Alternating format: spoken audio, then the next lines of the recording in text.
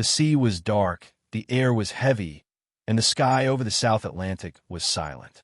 A lone British Sea Harrier flew just above the clouds, its engine a low rumble. 30 miles away, a Mirage 3, faster and more powerful, cut through the cold air like a knife. Both pilots knew that the moment they saw each other, only one would leave this sky. The Mirage came in high. The Harrier rose from below. Fate tightened everything between them into a single line. This is the story of how a slow British Harrier defeated a Supersonic Mirage 3 that should have outrun, outclimbed, and outgunned it.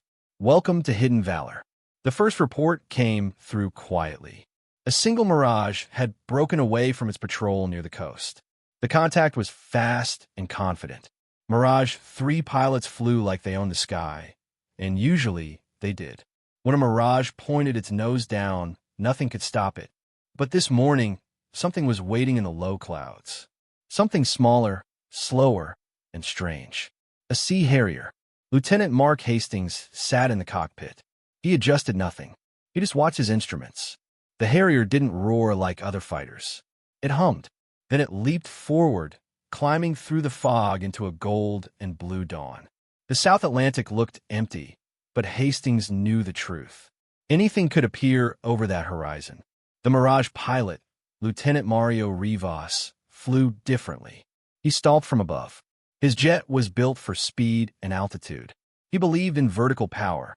Height first, speed second. Today, he thought he had the advantage. He lowered his nose, letting the Mirage build speed. His radar showed a faint blip low on the deck. A Harrier. He smiled behind his mask. This would be quick. Below, Hastings saw nothing on his radar, but he didn't need a screen. He saw a glint of sunlight above the clouds. That was enough.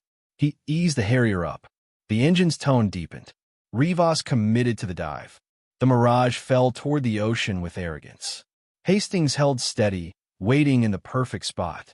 When both aircraft broke through the clouds, their worlds collided. The Mirage streaked overhead, a silver blade in the sun. The Harrier rose beneath it like a shadow. For a heartbeat, they hung in the same square of sky, frozen by recognition. Rivas reacted first. He pulled the Mirage into a climbing turn, trading speed for altitude. He knew his machine. If he could get above the Harrier, he could dive again and finish it. Hastings didn't chase. He watched the Mirage spiral up, its nose lifting toward the sun. He knew better than to follow a Mirage into a vertical climb. Instead, he stayed low and waited. He knew the Mirage had to come back down. Rivas leveled off and banked hard. This would be the attack. He wanted to finish it before the Harrier could disappear. He dove fast, planning to overshoot and climb again. Hastings knew this pattern. He had seen it in training. He watched the sky shimmer and saw the Mirage rolling into its descent. That was the moment the Harrier stopped behaving like a normal aircraft.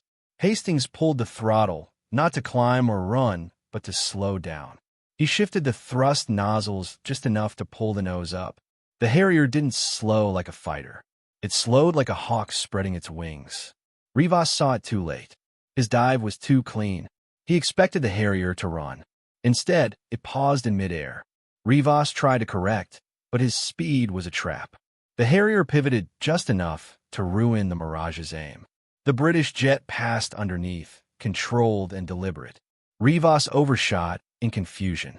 By the time he pulled up, the Harrier was gone. Hastings didn't smile. The Mirage had lost its first advantage. Now, every dive would be weaker. The dogfight had truly begun. The Mirage came around faster this time, carving a harsh arc in the thin air. Rivas pushed the jet to its limit. He was no longer thinking in patterns, but in flashes of instinct. The Harrier was not where logic said it should be. He descended again, steeper and faster. He expected the Harrier to flee. Instead, he saw a small dark shape rising through the mist. Its nose was angled in a way no jet should be. Rivas blinked. It wasn't climbing. It was turning. At that speed? Impossible. He forced the Mirage right, pulling a hard brake. The G-force hit him hard. The horizon snapped sideways. And still, the Harrier stayed inside the turn. Below, Hastings felt the Harrier strain. He nudged the nozzles again, bleeding speed to tighten his turn even more. It wasn't power. It was geometry bent by discipline. The two aircraft passed dangerously close. Rivas saw the Harrier refusing to yield. The Mirage overshot again violently. Rivas pulled up, losing energy. Each turn cost him a piece of the sky. Hastings brought the Harrier around slowly. He watched the Mirage's perfect lines turn ragged. The Delta wing was reaching its limit. It could dive and leave, but it couldn't stay and fight. Not here. Rivas felt it too. He was burning fuel fast. He decided to commit fully. One last attack. He rolled the Mirage inverted and dove. The air screamed. He put all his remaining speed and gravity into this final descent. Hastings saw the shadow first, then the glint. The Mirage dropped like a spear. Hastings didn't climb or run. He did the one thing a Mirage pilot could never predict. He stopped. A tiny shift of the nozzles, a reduction of throttle. The Harrier almost hovered in midair, its nose lifting high. Rivas realized too late. His speed was now a curse. He blasted past the Harrier so fast that the British jet simply pointed its nose at him. For the first time, the hunter became the hunted. The Mirage tore past with a roar that shook the air. Hastings held the impossible angle. Rivas tried to climb away, but his jet fought him. He surged upward, too fast and too steep.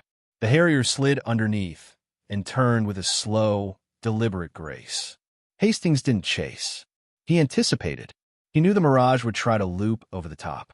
So he angled the Harrier not at the Mirage, but at where it would be when gravity pulled it down. It was a hunter's move.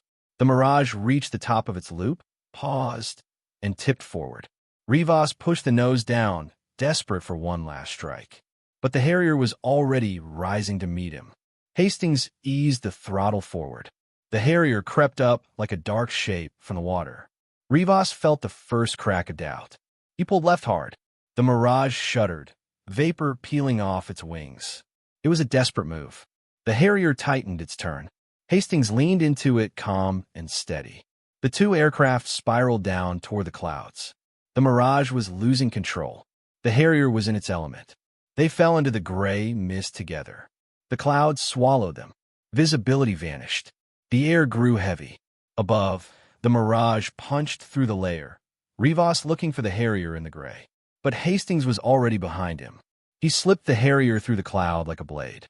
Rivas dove for clear air, needing speed. But the Mirage was heavy and slow now.